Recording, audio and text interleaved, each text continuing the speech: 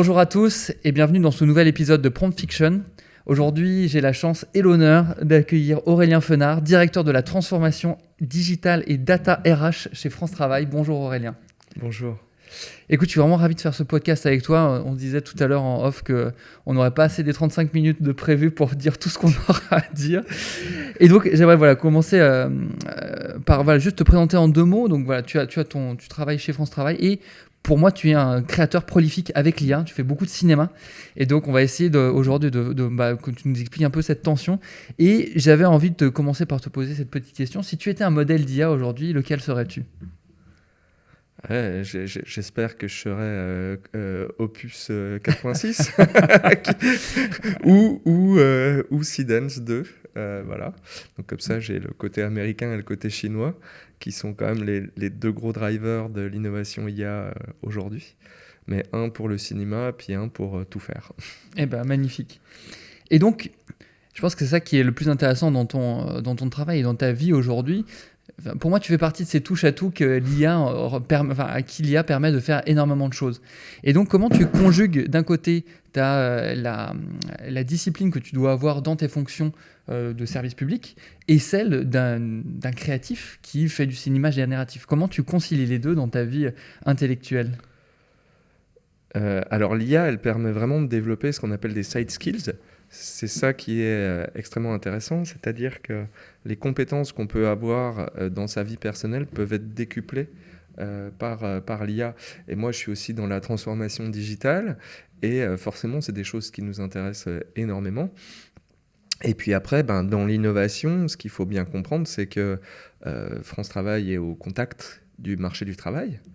On accompagne plein de secteurs, le secteur du cinéma, de tout ce qui est la culture, du spectacle, mais tout du numérique, etc., etc. Et l'innovation d'aujourd'hui, il faut quand même vraiment s'y intéresser parce que c'est les usages, les secteurs, les cas d'usage de demain et ce sont les emplois d'après-demain. Et avec l'accélération là qu'on peut voir, c'est peut-être les emplois juste de demain, mais vraiment. Et donc, c'est vrai que ces mutations du marché du travail, ça nous intéresse énormément, puisque c'est notre job d'être au contact du marché du travail et de comprendre ce qui se passe. Et c'est une excellente transition pour que je vous annonce le plan de notre échange aujourd'hui. Donc, nous allons avoir 3 blocs. Un premier, justement, sur la vision ressources humaines et mutation du travail, donc, qui va nous occuper, pareil, dans cette tension entre des modèles de plus en plus hégémoniques sur la plupart de la réalisation des tâches cognitives et de plus en plus sur leur impact sur le milieu physique. Ensuite, les transformations concrètes qu'on peut voir dans le marché du travail, mais aussi dans le marché en général, et l'impact sur la création. Tu parlais tout à l'heure de culture. Et enfin, nous parlerons de l'avenir et des défis qu'il porte. Première partie, vision RH. On en parlait tout à l'heure. Tu me disais que aujourd'hui, ce qu'on voit, c'est que finalement, on ne sait pas. Beaucoup d'études sont assez contradictoires sur comment l'IA va impacter le marché de l'emploi. Toi et moi, comme nous sommes des praticiens de technique, on voit bien qu'il y a des choses qui vont être très profondes. Mais toi, aujourd'hui, comment tu concilies un peu ces différentes études qui disent tout et son contraire ? Alors d'un point de vue personnel, je regarde ça et j'en discute beaucoup avec des collègues, avec des homologues et avec des personnes qui font de la recherche. Je travaille aussi en relation avec le Laboria de l'INRIA pour justement creuser ça dans le recrutement, l'inclusion et justement le secteur du spectacle. Et effectivement, on voit une adoption qui arrivent dans les entreprises, mais les entreprises ne sont encore pas bouleversées. Ça prend du temps à mettre en œuvre dans les entreprises et que tout le monde s'en empare. On voit maintenant que quasiment toutes les entreprises ont commencé à mettre des sécures GPT, à encadrer des usages, etc., etc. Mais on ne voit pas encore une transformation radicale et profonde des entreprises. On voit des cas d'usage qui sont lancés. Donc, entre ce qui est en train de se passer réellement d'un point de vue IA avec justement des modèles puissants, assez omnicanaux, c'est vraiment omnicanal, c'est assez complexe. Et ce qui se passe dans l'entreprise, il y a encore un gap. Et après, je pense qu'on est aussi dans une vision assez traditionnelle, un peu de la théorie d'Amara, c'est-à-dire qu'on a énormément d'attentes tout de suite sur l'IA, alors ça va un peu tarder. Et par contre, dans quelques temps, on va voir encore l'arrivée de l'innovation en masse. Donc, c'est-à-dire qu'on a beaucoup d'attentes maintenant, mais elles vont arriver un peu plus tard. Donc ça va être un peu comme la courbe de Gartner, etc. Ça va être le moment quand est-ce qu'on est vraiment prêt. Et pour moi, là, ce qui est vraiment important, c'est que c'est pas encore complètement arrivé, mais on sait que ça va arriver. Et du coup, pour moi, il faut se préparer. Il faut se préparer d'un point de vue RH, il faut se préparer d'un point de vue organisation. Il faut commencer à penser les choses et accompagner les choses et à former. Exactement, et ça me donne une bonne transition pour parler de ta vidéo que tu as faite sur Point Skills, justement, dans laquelle tu dis que finalement, ce qui nous reste, c'est d'avoir un socle technique. Et qu'aujourd'hui, pour vivre, travailler et contribuer à la production à l'heure de l'IA, il faut avoir ce socle technique-là. Donc, si ça vous va, juste avant que tu me répondes, je vous propose d'en voir un extrait en vidéo.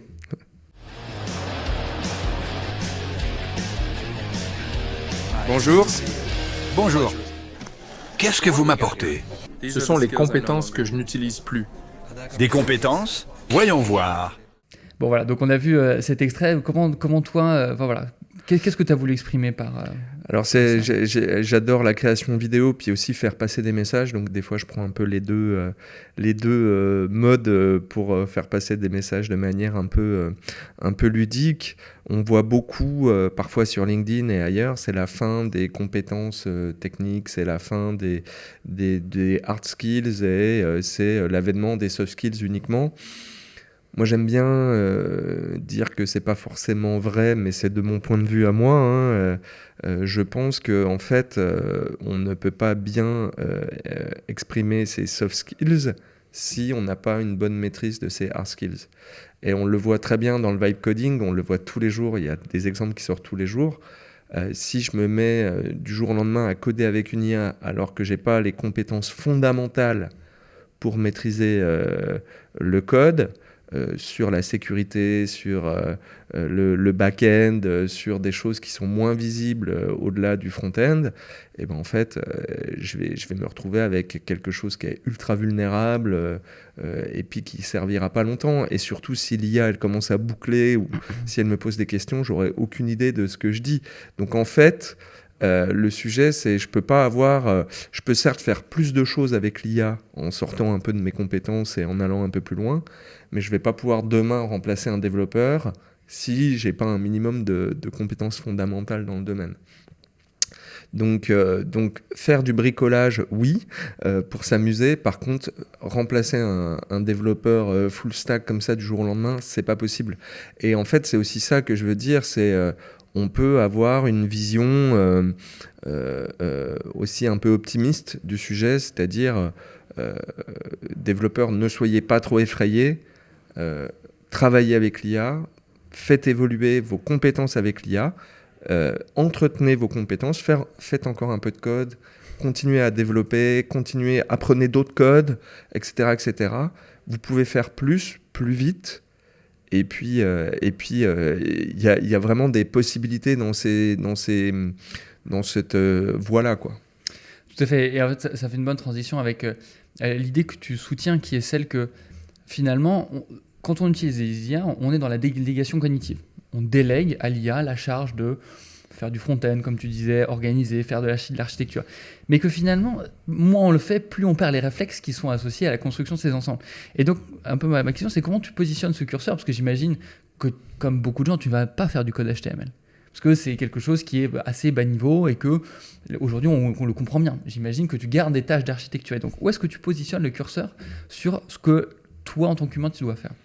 Moi, je pense qu'il y a une sorte d'équation à respecter. Il faut trouver le bon équilibre entre tâches qu'on va déléguer. Mais quand on dit déléguer, ça veut dire aussi remplacement. Et remplacement, ça veut dire perte cognitive et perte de savoir-faire. Qu'est-ce qu'on va garder, nous, à la main et comment on va se former?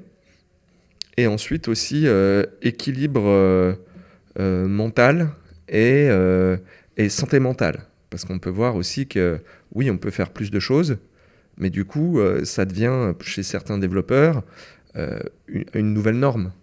C'est-à-dire que ce qu'on faisait en un mois avant, en développant à la main, maintenant ça prend peut-être une journée. Mais du coup, cette journée-là, pour sortir je ne sais pas combien d'apps, ça devient un nouveau standard. Et d'ailleurs, on l'a vu récemment quand il y a eu une panne de Claude Code pendant une journée. Il y a plein de développeurs qui disaient « mais moi, je ne peux pas rattraper le temps là. C'est pas possible. » Voilà. Donc, sujet qui ne se posait pas avant. Donc, il y a aussi une dépendance aussi à gérer. Et à un moment, si on fait un shutdown de certaines IA, si je ne sais plus faire, j'ai plus de réversibilité, moi, en termes d'humain pour coder. Je ne sais plus faire. Donc, pour moi, il y a une sorte d'équation à trouver entre santé mentale, qui est très importante avec l'IA, parce que on peut aussi... des gens qui adorent créer comme moi, on peut se perdre dans une espèce d'hyper-créativité et de toujours en faire plus en même temps. Et ça peut être assez dangereux parce que parfois on avait des limites juste émotionnelles, physiques qui nous obligent le soir à déconnecter. Là, on a des agents qui continuent. Il y a même des gens, ça les réveille la nuit pour vérifier, etc. etc. Donc ça, il faut faire aussi très attention. Donc pour moi, continuer à développer des compétences, veiller à sa santé mentale et puis savoir bien déléguer aux machines et bien connaître les modèles. Voilà, c'est ça qui est, de mon point de vue, c'est ça qu'il faut respecter. Tout à fait. Moi, je reprends le mot de mon frère qui est philosophe, professeur de philo, et qui dit en fait ça c'est un peu c'est ce qu'il appelle la honte prométhéenne. Donc Prométhée qui a la capacité de créer le monde et notamment les machines. Et donc là que l'homme vis-à-vis de la machine qu'il a créée a l'impression d'être toujours en retard et de devoir elle-même la rattraper. Donc effectivement, je me vois tout à fait dans les personnes que tu décris. Je me réveille pas la nuit heureusement, mais très souvent, la dernière chose que je fais la nuit, c'est lancer un prompt, et le matin, la première chose que je fais, c'est de regarder le résultat, si c'est bien avancé, si ça fait ce que j'ai voulu, etc. Il y a cette peur aussi du FOMO qu'on voit partout dans tous les sujets d'IA. C'est est-ce que je vais louper la dernière mise à jour? Est-ce que je vais devenir has-been? Ça devient quelque chose d'assez viscéral, et on voit dès qu'il y a un truc qui est sorti, le nombre d'influenceurs ou de personnes qui s'expriment en disant ouais, j'ai testé, machin, je suis le premier, etc. Il y a aussi cette course en avant sans même parfois consolider les usages. Tout à fait. Et je pense que ce qui est intéressant de dire, c'est qu'effectivement, il y a cette course en avant, mais pour une très petite partie de la population mondiale. Quand on regarde le nombre de gens qui ont effectivement déjà payé pour accéder à des tokens, si je ne me dis pas de bêtises, c'est une personne sur 200 ou une personne sur 150 dans le monde qui a déjà effectivement payé pour acheter du token. Et il y a une personne sur 10 dans le monde qui utilise régulièrement ChatGPT. Et donc en fait, le reste, c'est des gens qui n'utilisent pas. Et donc ça crée évidemment, on peut imaginer que ça continue à créer un gap de plus en plus grand entre ceux qui maîtrisent l'outil et ceux qui n'en sont pas armés, et donc sur lesquels effectivement il peut y avoir des problèmes d'inégalité qui se créent à plusieurs niveaux. Dernière question dans ce premier bloc. Aujourd'hui, on parle beaucoup d'hybridation des compétences. Tu as un peu poussé le sujet. Et donc, je voulais savoir, du coup, qu'est-ce qu'il faut mieux aujourd'hui? Est-ce qu'il faut travailler ses sciences sociales, la capacité de créer, de savoir bien exprimer ses désirs, parce que en fait, c'est important vis-à-vis de la machine de pouvoir bien prompter, donc de bien maîtriser le langage, parce que fondamentalement, ils sont entraînés notamment sur de l'anglais, mais avant tout sur de la langue humaine. Ou est-ce qu'il faut, comme tu disais, aller très très profondément en Python, ou au contraire arriver à avoir une sorte d'équilibre? Alors pour moi, il faut essayer d'avoir une sorte d'équilibre, et cet équilibre, il faut veiller à le maintenir aussi dans de bons usages de l'IA. C'est-à-dire que quand on va utiliser une IA, il y a aussi la manière dont on va s'exprimer vis-à-vis de l'IA. L'IA a déjà beaucoup de biais dans les données. C'est un formidable miroir, les datas sur lesquelles elles ont été entraînées de nous, mais avec tel qu'on est, c'est-à-dire avec tous nos biais, nos défauts, etc. Même si elles sont censurées, il y a plein de choses qui ne sont pas effacées pour autant. Il y a des biais algorithmiques, et là où il y a le plus de biais, c'est la manière dont nous, on s'adresse à l'IA. C'est-à-dire, par exemple, si je dis « prouve-moi que tel truc est vrai ou faux », que tel fait est vrai ou faux, déjà, je biaise totalement l'IA par un biais de cadrage. C'est-à-dire que l'IA va déjà aller dans des études qui va me dire que le fait est peut-être vrai ou faux, mais sans forcément... j'aurais pas fait un prompt qui dira de manière extrêmement objective, va trouver une étude scientifique qui me dira que ce fait-là est juste, mais je veux que ce soit des études qui soient reconnues par les pairs scientifiquement, je veux toutes les sources, etc. Donc déjà, on biaise d'entrée souvent, si on n'est pas bien formé à formuler un prompt de manière hyper objective, je dirais. Et ensuite, deuxième truc, on peut avoir un biais de confirmation d'entrée. L'IA va nous faire plaisir, elle va nous dire bah oui, tu as raison, effectivement, ça prouve que tel fait est juste ou faux. Et puis là, biais de confirmation, ah bah tu vois, je te l'avais dit, l'IA, elle dit que j'ai raison. Donc en plus, on adore avoir raison, donc voilà. Et après, moi, là, je suis intervenu récemment devant des grandes écoles. Voilà, le sujet, c'est de dire attention au biais d'ancrage, c'est-à-dire que je vais taper directement, fais-moi une étude, etc., etc. Et l'IA va me sortir quelque chose qui va me satisfaire et je vais avoir du mal à sortir de cet ancrage-là. Parce que ça, c'est un biais, pour moi, le pire.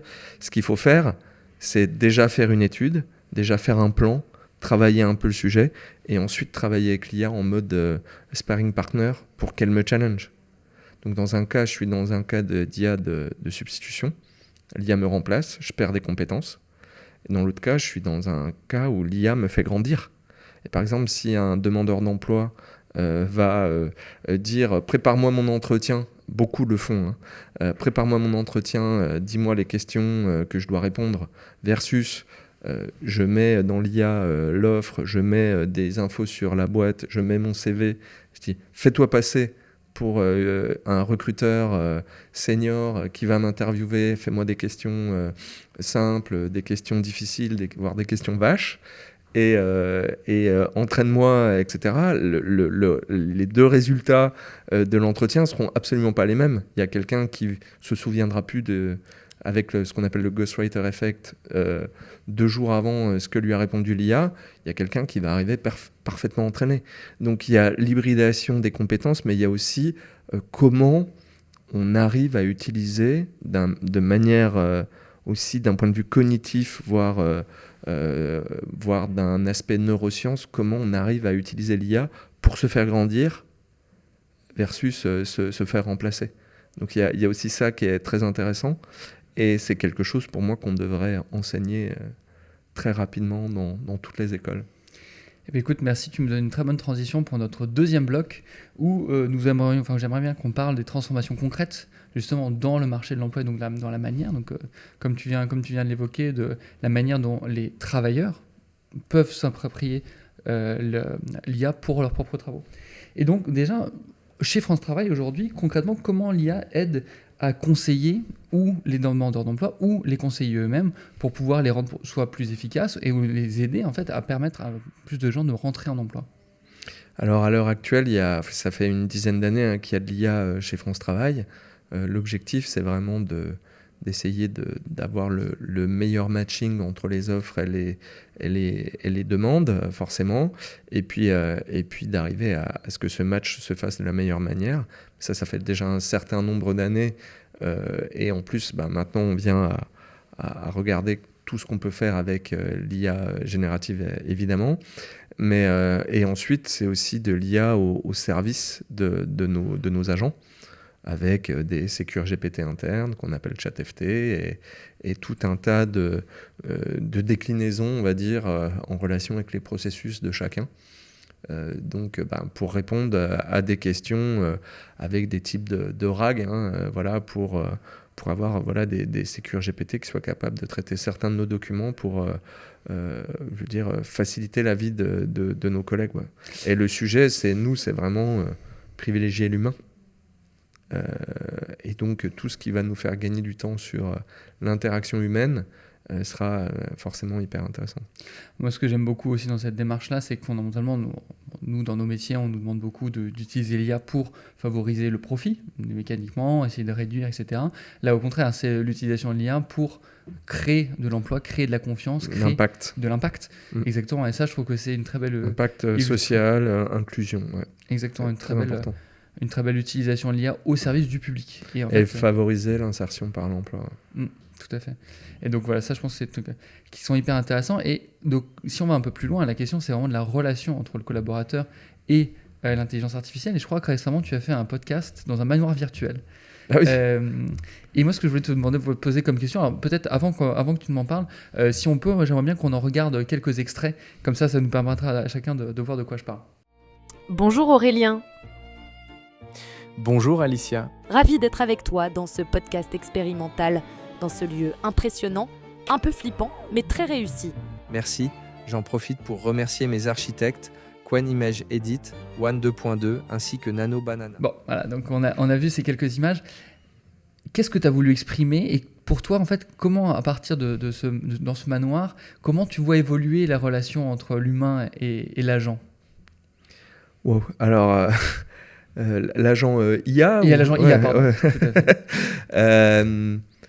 Non, ce que je voulais, là, c'était vraiment... Alors, ça date un peu, ce podcast-là. J'avais vraiment essayé de... C'était un essai. Et d'ailleurs, je vais en faire un bientôt avec des collègues, des amis. Peut-être que je t'inviterai si tu acceptes que je fasse ton avatar, que j'entraîne ta voix, etc. Non, c'était juste un test aussi de créer un environnement virtuel complet. L'IA, alors maintenant il y a Sidens qui commence à gérer ça mieux, mais l'IA a beaucoup de mal à structurer un environnement. Je veux dire, voilà, que tout soit parfaitement cohérent, ce qu'on appelle la caractère consistency, c'est-à-dire qu'on soit toujours la même personne, etc., qu'on ait toujours la même voix et que l'environnement soit toujours le même. Donc ça, c'est vraiment pas évident. Donc, c'était un test. Deuxième test, c'était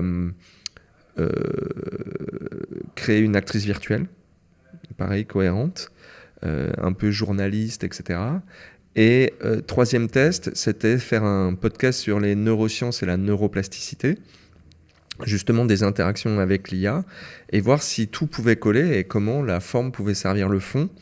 Voilà, c'est plein de tests qui sont résumés en une chose.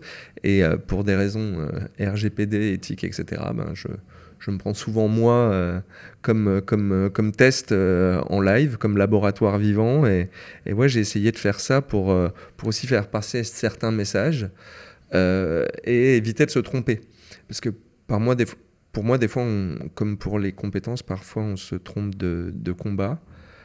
C'est typiquement là, dans cet épisode-là, j'ai essayé de montrer que, par exemple, parfois on parle de tâches à faible valeur ajoutée qu'on va déléguer à l'IA, mais en fait, ça veut rien dire. De quelle tâche parle-t-on ?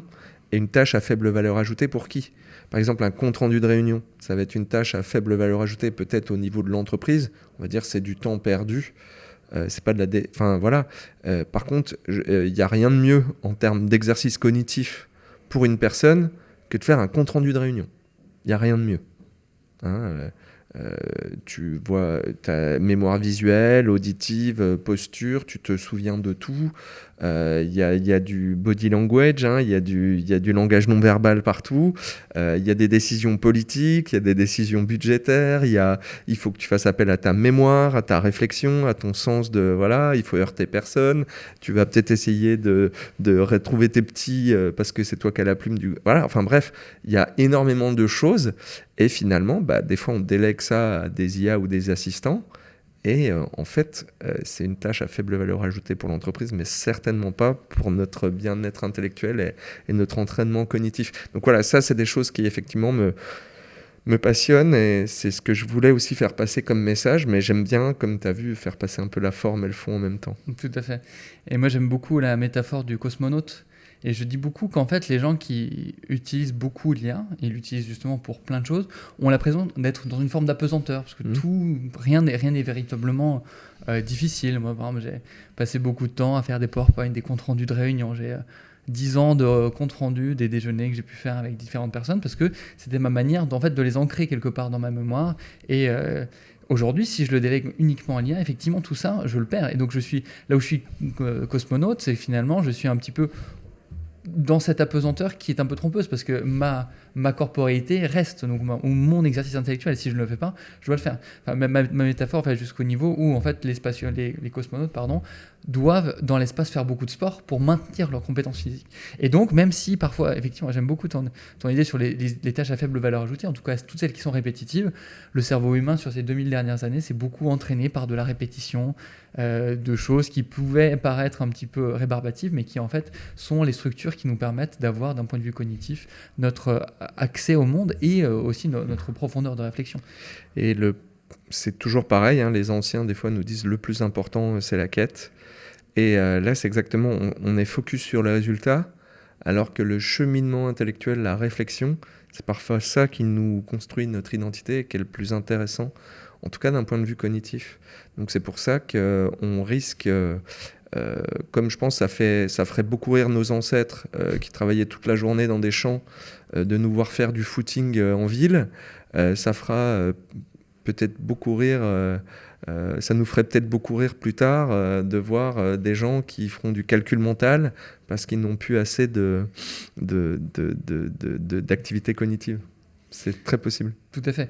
Et moi, je lis vraiment, j'en fais du calcul mental, et je lis beaucoup le fait que les humains, aujourd'hui, il y a un regain d'intérêt pour les échecs, par exemple, et pas des échecs joués entre machines. On sait qu'on pourrait voir des parties d'encore plus haut niveau si on regardait des machines, mais ce qui nous intéresse, c'est de voir des humains dans l'arène, quoi. Donc c'est vraiment et sans triche, c'est pas ce qui nous intéresse, c'est vraiment de voir des gens qui se battent et qui utilisent leur propre puissance cognitive dans un jeu qui est effectivement réglé d'un point de vue, informatique depuis longtemps.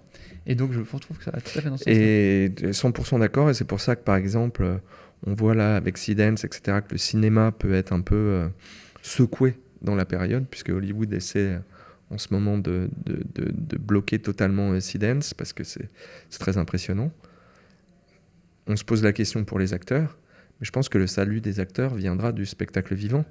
On aura de plus en plus besoin de voir du théâtre et des performances en live, parce que finalement beaucoup de gens je voyais des réalisateurs de films ou des makers d'effets spéciaux dire en fait les gens ils vont aller voir des films au cinéma mais ils savent pas comment c'est fait derrière, donc que ce soit fait par l'IA ou par nous, de toute façon ils savent pas comment c'est fait, donc en fait ça leur importe peu, ce qu'ils veulent voir c'est du spectacle. Par contre, quand on va voir un spectacle vivant, ce qu'on veut, c'est une communion avec des acteurs et du public. On veut les voir jouer devant, sentir l'émotion, voilà. Et je pense que du coup, l'un va renforcer l'autre. Tout à fait.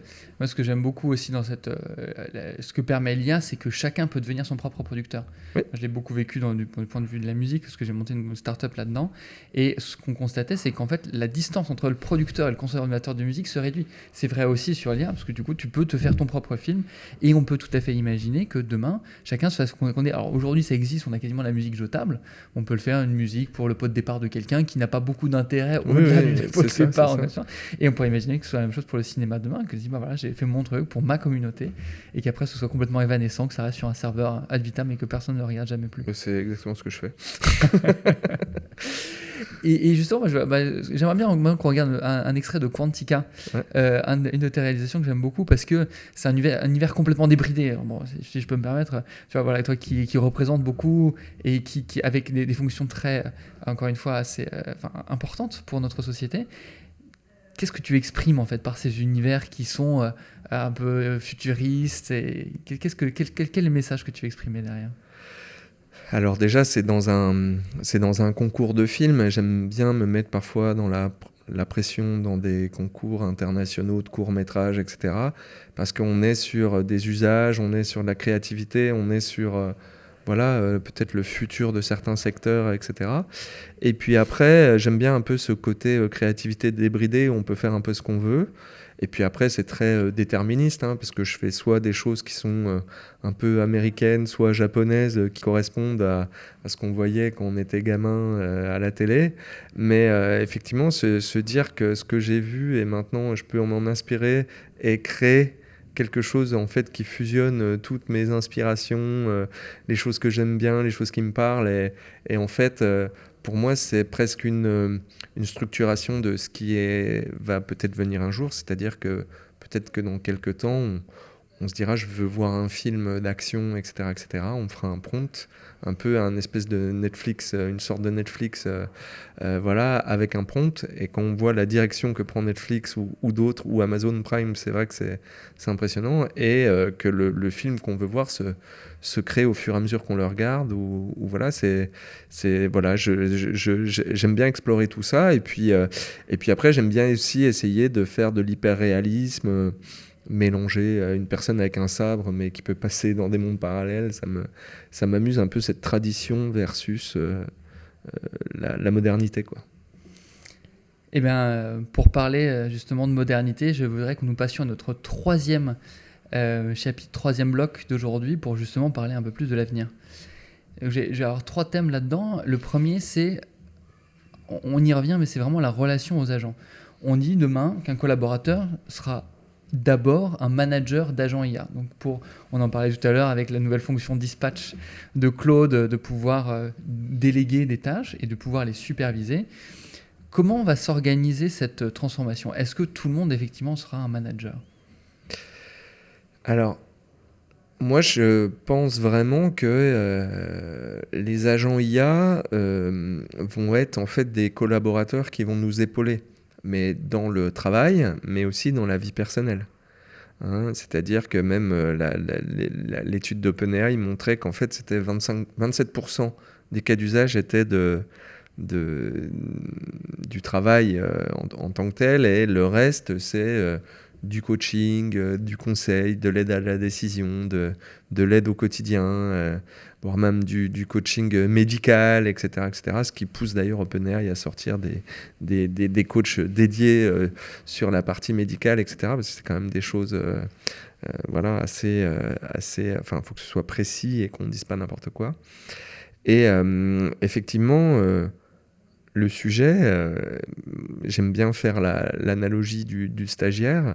Avoir une IA, c'est avoir comme si on avait un stagiaire qui connaissait rien de notre contexte, mais où parfois il y a des points MD où on a déjà donné, comme dans Claude, où l'IA sait ce qu'on veut, c'est comment on est, et c'est nos préférences. Mais si on prend un LLM plus traditionnel, genre ChatGPT ou même le chat de Claude, ce qui est intéressant, c'est qu'on se retrouve, c'est comme si on avait un stagiaire avec tous les PhD du monde, mais qu'en fait, il fallait tout lui expliquer. En disant, là, je veux que tu fasses ça, j'attends ce formalisme-là, j'attends ce résultat-là, j'attends en faisant ça, en allant chercher dans telle étude, etc., pour avoir vraiment... Et oui, c'est quelque chose, c'est une manière de déléguer un travail, et ça s'approche quand même vraiment du management. Donc effectivement, je pense qu'il y a une compétence qui va émerger et un accompagnement qui devra se faire, c'est qu'on va devenir de plus en plus des managers et tout le monde. Et d'ailleurs, ça pose la question du développement des managers aussi à l'heure actuelle, puisque ils vont manager des personnes qui managent des IA, ils vont manager des agents, ils vont manager des agents qui managent d'autres agents IA, et il va y avoir toute une hybridation de la fonction managériale qui va être assez complexe, à mon avis, d'un point de vue charge cognitive, charge mentale pour les managers, mais je pense que c'est quelque chose qu'il faut qu'on creuse dès maintenant. Tout à fait. Et moi, quand je pense manager, je ne pense pas que responsabilité, je pense aussi solitude. En fait, finalement, on pourra se retrouver bien seul vis-à-vis de ces IA qu'on manage face à cette charge cognitive qui augmente, parce que finalement, on devra avoir la responsabilité de l'ensemble de toutes les tâches qui ont été données. Et la responsabilité du résultat aussi. Du résultat, absolument. Mais même avant ça, moi, je voulais remettre l'humain qui est potentiellement souffrant là-dedans. En fait, là-dedans, malgré tout ça, il faut mettre une place plus grande pour le bien-être, ce qu'on appelle le care, et auquel tu es assez attentif, je crois. Oui. Comment on fait pour maintenir des conditions de travail et des conditions de santé, même mentale, pour les gens qui utilisent ces outils ? Alors, j'ai pas la réponse ultime, forcément, mais alors, ouais, c'est quelque chose qui m'intéresse énormément, et j'essaie justement sur moi-même de faire des tests, c'est-à-dire de dire, je vais déléguer des tâches à Claude en laissant les autorisations, je vais courir pour penser à autre chose, pas avoir d'interruption mentale, parce qu'il y a aussi ce sujet-là, on est tout le temps interrompu et ça nous prend du temps de se remettre à avoir une réflexion, à se remettre dans le sujet. Ça nous consomme de l'attention. Et avant, les enfants dans les années 80, ils avaient, 13-15 minutes d'attention. Maintenant, on est à 30 ou 40 secondes d'attention. Donc, on a un problème aussi d'attention. Ça nous consomme de l'énergie. Et comment on arrive justement à structurer tout ça. Donc ça, pour moi, c'est des études qui sont passionnantes. On n'a encore pas tous les résultats. Mais ça va être passionnant de voir comment on arrive à en tirer le meilleur et pas le pire. Parce que sinon, et on le voit, on en parlait juste avant, certains codeurs qui se retrouvent en fait managers d'agents IA et qui n'arrivent pas, parce qu'ils n'ont pas l'expérience de ce management, parce qu'ils n'ont pas l'habitude aussi d'avoir un certain self-care et de se dire attention, si moi je suis plus en état de faire fonctionner tout ça, je reste quand même la source d'intention, il n'y a plus rien qui marche. C'est un peu, tu sais, comme dans les avions où on te dit c'est déjà l'adulte qui met le masque à oxygène et qui le met à l'enfant après. Là c'est pareil, il faut déjà prendre soin de soi pour pouvoir prendre soin des autres. Et quand on ne sait pas le faire et qu'on n'a pas appris à le faire, on peut s'oublier, et on voit pas mal de codeurs qui s'oublient, qui sont dans une fatigue mentale assez avancée. Exactement, une certaine souffrance. Et pour terminer, pour une note peut-être un peu plus optimiste, j'ai cru comprendre que tu avais poussé tes filles, en tout cas tu les avais aidées à créer une ligne de mode avec l'IA. Ah oui. Et je trouvais ça intéressant déjà en termes de transmission. Et si de manière un peu plus générale, tu avais des conseils à donner aux jeunes qui soit commencent à rentrer, doivent choisir leurs études, ou un peu plus tard doivent choisir leur premier emploi, qu'est-ce que tu leur dirais pour se préparer à ce monde qui est transformé par l'intelligence artificielle ? Moi, je trouve que ça peut être très intéressant d'avoir justement un usage, et on en parle en tant que parents, entre collègues, comment comment pousser nos enfants à acquérir des compétences fondamentales et ne pas les remplacer.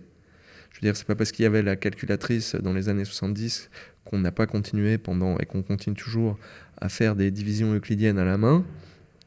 C'est parce qu'on sait que c'est des compétences qui sont nécessaires et fondamentales. Et pour moi, je pense qu'il faut qu'on continue à enseigner vraiment ces compétences fondamentales, mais qu'on sache aussi enseigner une hybridation, c'est-à-dire comment bien travailler avec une IA. Et pour même certaines personnes qui ont des syndromes, des TDAH, des 10, etc., travailler en hybridation avec l'IA, ça peut être une solution assez incroyable. Et donc pour moi, il faut développer les usages vertueux et dans une sorte d'écologie cognitive et essayer d'écarter les usages qui sont plutôt trop dans le remplacement ou qui amènent une perte cognitive ou de construction cérébrale. Et pour moi, le sujet, c'est vraiment de s'attacher à prendre l'IA comme une coach. C'est-à-dire, si je dois faire un devoir à la maison, essayer, comme je disais tout à l'heure, être dans une IA un peu de sparring partner, c'est commencer à travailler soi-même et puis ensuite demander à l'IA qu'est-ce que tu penses de ce que j'ai fait, comment je peux l'améliorer, etc. Parce que là, ça fait grandir. Et donc, de se tenir au courant parce qu'on doit partir maintenant. Il y a une nouvelle compétence qui émerge, une espèce de méta-compétence, c'est la learnability. Ça va être la capacité de se mettre toujours en mouvement, un petit peu, et de remettre en cause un peu en permanence tout son socle de connaissances, de compétences, et puis de savoir les adapter en fonction. Voilà. Donc en fait, le sujet, ça va être aussi de dire, mais ne vous focalisez pas sur ce que vous savez faire, mais de ce que vous pourrez faire, et soyez ouverts, soyez curieux, soyez imaginatifs pour avoir une bonne hybridation. Le mot de la fin, donc l'adaptabilité qui reste la meilleure, la plus grande des compétences des humains. C'est la fin de cet épisode de Prompt Fiction. Au prochain épisode.